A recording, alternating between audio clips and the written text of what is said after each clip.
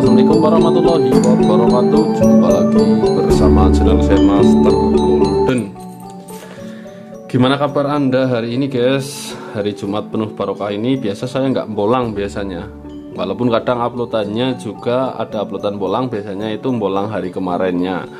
Nah, kali ini ada sesuatu yang saya akan tunjukkan, masih hubungannya dengan perbatuan, tapi kali ini hubungannya dengan perbatuan era masa lalu, dimana ternyata bangsa Indonesia itu sudah mengenal batuan itu jauh ribuan tahun ya yang lalu ya guys. Dan itu menjadi sebuah perhiasan yang sangat cantik, perhiasan yang sangat menarik, dan perhiasan yang sangat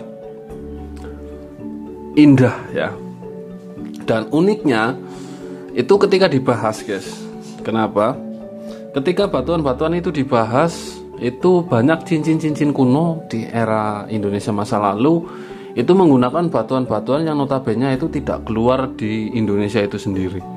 Berarti itu menunjukkan bahwa adanya hubungan antara ya nenek moyang kita dengan nenek moyang bangsa-bangsa lain. Salah satunya adalah Eropa, China, nenek moyang bangsa-bangsa Arab juga. Karena beberapa batuan pun ditemukan atau batuan yang berasal dari daerah Arab ya. Nah, salah satunya adalah yang kemarin viral itu, yang batunya ternyata dari meteor atau Green Mole David. Itu orang katanya hanya ditemukan di daerah Eropa. Nah, kali ini akan saya ulik lagi salah satu koleksi Master Golden, cincin indah era kerajaan. Dia berlogamkan emas, bertahtakan sebuah batu yang batunya belum teridentifikasi walaupun sudah terkira-kira. Woi, apakah itu? Sebelum itu tekan tombol subscribe-nya dan tekan tombol loncengnya untuk notifikasi postingan terbaru dari channel Master Golden. Karena banyak sahabat MG yang nonton rutin tapi masih enggan untuk subscribe. Padahal subscribe itu gratis dan akan menjadi sahabat MG dalam setiap pembolangan. Jadi makin banyak subscribe itu ibarat kata makin banyak teman loh guys. Jadi saya juga pembolangan juga semangat. Tempat yang tadinya nggak mau jadi mau. Jadi makin banyak tontonan-tontonan yang menarik serta edukatif yang lebih baik. Seperti itu.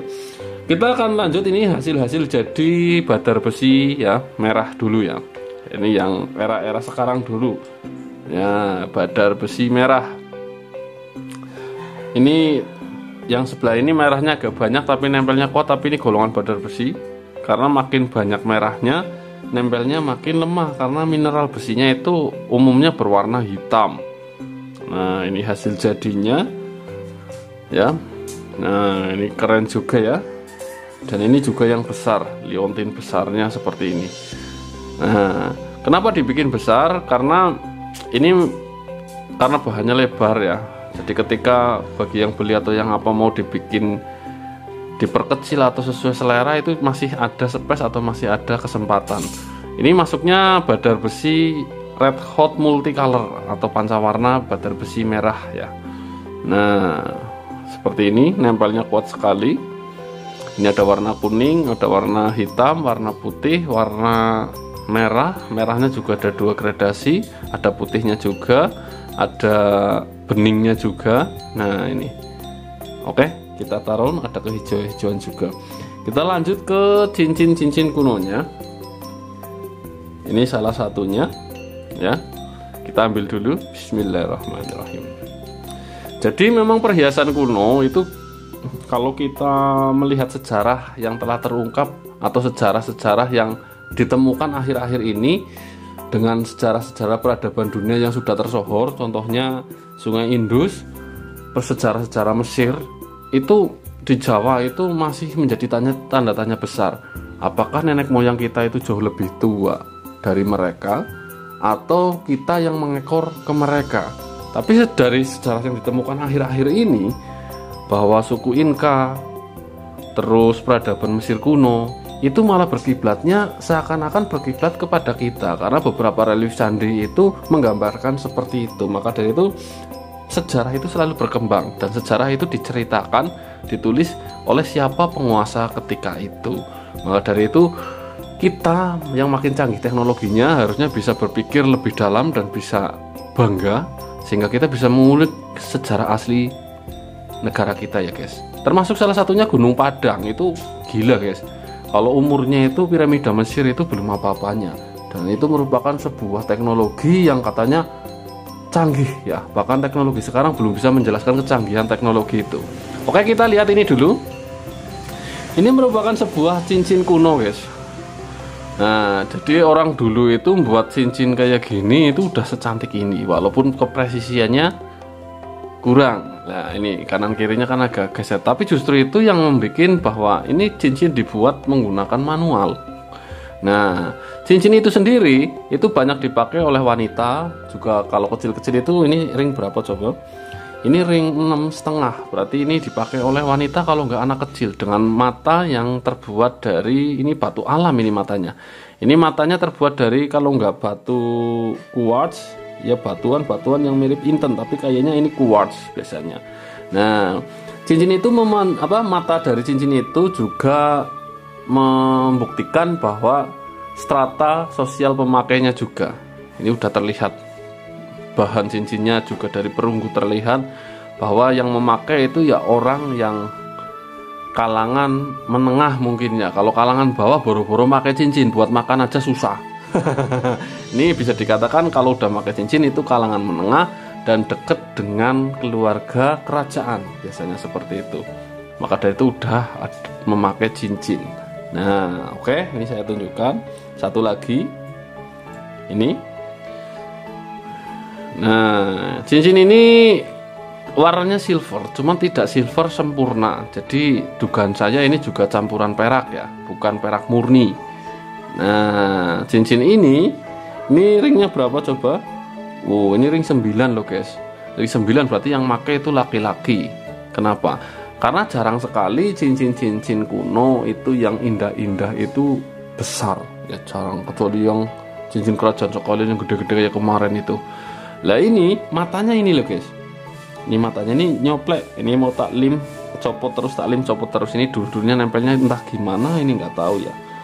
Nah, seperti ini kalau nggak salah.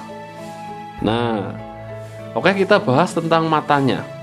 Mata dari batu mata dari cincin ini bahannya biasanya campuran antara perunggu, perak, dan yang lain-lain ya. Nah, ini kita taruh dulu, kita bahas matanya. Semoga saja kita bisa membahas dengan sempurna matanya, karena kecil banget loh guys. Ini pakai penjepit permata pun ini agak licin, takutnya cepat hilang. Nah, ini mata batu ini, matanya itu terbuat dari sebuah batu garnet yang bentuknya masih polesan, tapi bentuknya masih alam. Nah, batu garnet yang saya maksud ini kayaknya garnet bukan dari Indonesia loh guys. Nah, kan banyak yang beredar bahwa cincin kuno matanya kosium. Itu yang jadi tanda tanya besar.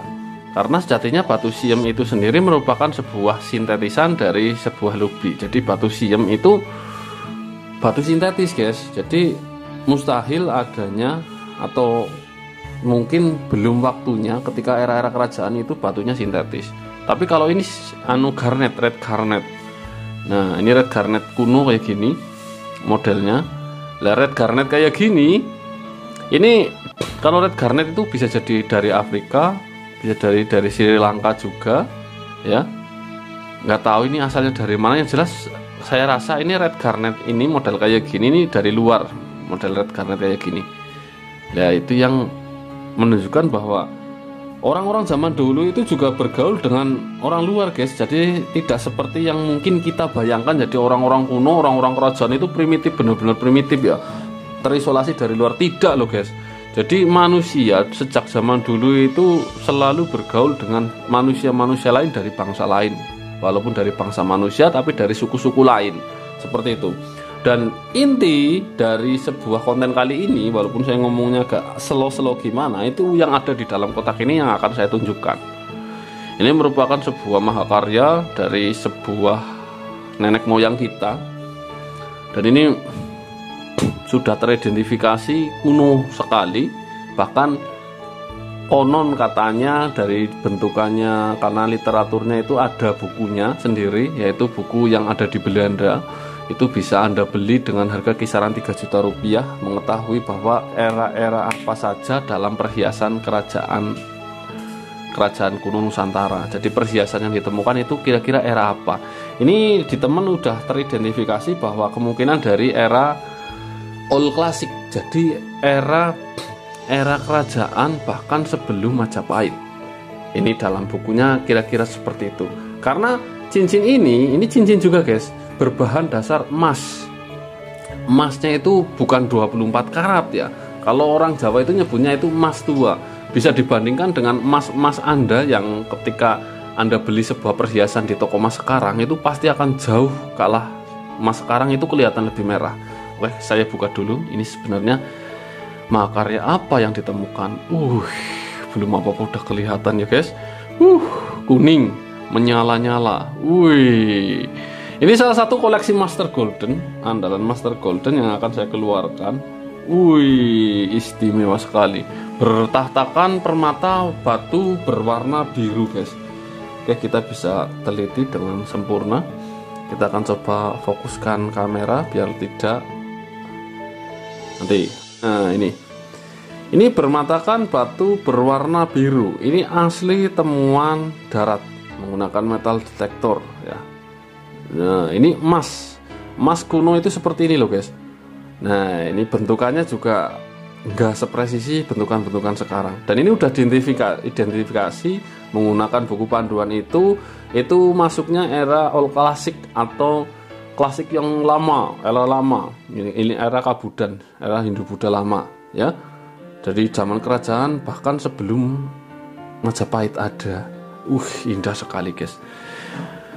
Cincin ini itu kemarin udah niat saya bawa ke lembaga lab untuk mengetahui jenis batunya. Ini batunya kayak plastik tuh guys. Iya, batunya berwarna biru ya. Lah ketika di lab itu, karena saya nyopot batunya itu agak eman-eman loh guys, agak takut karena ini agak apa? Ini emas ini mengurung dengan sempurna, bahkan tanpa celah ya. Dan mengurung batunya lebih dalam ini batunya. Jadi yang terlihat dari atas itu yang tertanam juga dalam batunya. Lah emas ini mengurung dan emas ini tipis bagian sininya. Kalau mau ngeluarin batunya ini bawahnya ini rapat loh guys. Ini emas ya, emas kuno ini menyala sekali seperti ini. Bentukannya seperti ini. Ini kemungkinan yang memakai ini keluarga kerajaan cewek. Nah, ini ringnya sekitar 6,5 ringnya, antara 6,5 dan 7. Ini wanita dengan postur agak besar. Kalau ring 7 itu posturnya wanita itu agak besar, tinggi besar kemungkinan, dan cantik sekali kemungkinan ya.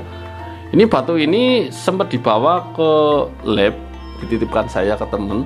Itu orang labnya itu nggak mau kalau nggak buka atau nggak dicopot batunya. Nah, kenapa kemarin yang Moldavit itu bisa di lab? Karena yang Moldavit itu dicopot bisa loh guys. Kalau ini bisa, cuman takut sobek aja. Saya nggak bisa bukanya ini, karena ini kuno ya. Jadi cincin kuno itu dinilai dari bahannya, satu, kedua antiknya, bentuknya, ketiga batunya. Jadi keempat otentiknya, ketika ditemukan itu batu yang mana yang nempel dan seperti apa bentuknya, atau masih menempel atau udah pecah atau gimana. Itu nilai dari sebuah kantikan cincin kuno itu seperti itu. Dan ketika 1, 2 terpenuhi dan batunya hilang, itu akan menjadi sebuah emas rongsok biasa. Oke, maka dari itu ini otentik sekali, masih bentuknya masih otentik, warnanya biru. Dan akhirnya kemarin tidak bisa keluar memonya. Bahkan saya minta ke model lab yang jewelry report itu yang emas, biasanya batu-batu berlian, itu pun nggak bisa keluarnya. Cuman temen tanya, yang saya titipin itu tanya, ini kira-kira batunya apa? Nah, itu lembaga labnya itu udah cek ini kemungkinan besar ini dari batu pirus dan dia tembus loh guys.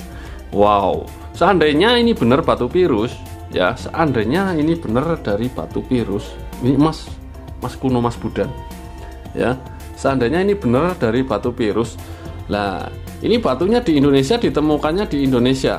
Batu pirus itu berasal dari Timur Tengah ya. Katanya model kayak gini yang ada dulu keluar itu yang terkenal itu Persia, virus kuno, virus Persia. Nah, berarti kan udah ada perdagangan ketika itu era sebelum Majapahit. Dan memang sejarah kita yang tertulis atau sejarah resmi yang tertulis itu kadang tidak sesuai dengan apa yang ditemukan. Jadi lebih dangkal, kalau saya menyebutnya itu sejarah yang tertulis itu seakan-akan lebih dangkal. Jadi era-era sebelum kerajaan Majapahit, Singosari itu kayak era kegelapan. Jadi era-era manusia primitif yang masih seakan-akan masih pakai baju-baju dan bentuknya masih seperti yang di gambaran-gambaran itu, setengahnya setengah monyet. Enggak seperti itu guys, manusia dari dulu itu enggak ada yang teori Darwin itu. Teori Darwin itu saya kurang setuju ya, karena manusia dari dulu itu manusia bukan monyet. Nah ini batuan, wih dos banget ya. Batunya pirus, warnanya biru. Ini emas asli era old classic, era sebelum Majapahit.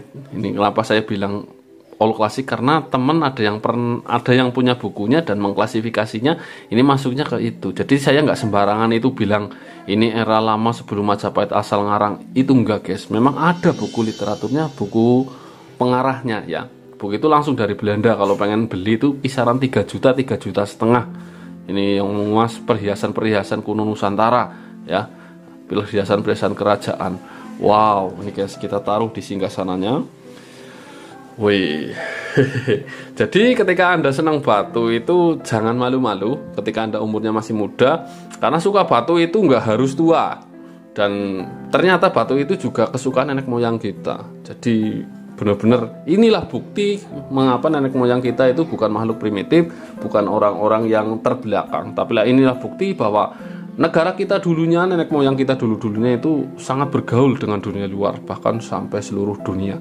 Bahkan ada yang literatur yang mengatakan bahwa peradaban-peradaban dunia itu belajar dari peradaban Indonesia kala dulu. Wih, itu perlu dikaji lagi sejarahnya, perlu ditambang lagi ceritanya, dan perlu dibuktikan lagi agar kita makin bangga menjadi rakyat Indonesia. Dan mungkin sampai di sini dulu perjumpaan kita bersama channel saya Master Golden. Selalu ada gajah lain daripada yang lain, totalitas tanpa batas. Semoga Indonesia makin maju dan maju dengan akhlakul karimah ya, akhlak yang baik. Wassalamualaikum warahmatullahi wabarakatuh. Salam para petualang semua. Mantap. Cuy.